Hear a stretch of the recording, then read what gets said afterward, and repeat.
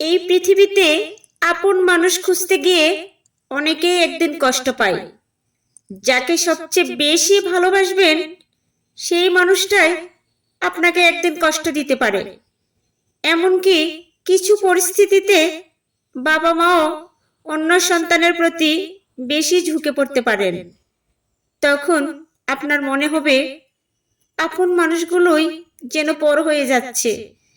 কিন্তু আপনি যদি একজনকে সত্যিকারের ভালোবাসতে পারেন, তিনি কখনোই আপনাকে ছেড়ে যাবেন না। তিনি হলেন আল্লাহ। তাই আল্লাহর উপর ভরসা রাখুন।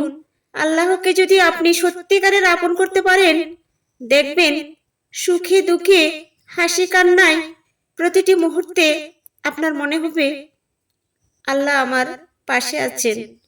তখন পৃথিবীর কোনো কষ্টই আর আপনাকে একা মনে হবে না, কারণ আপনার সবচেয়ে আপন তো আল্লাহ।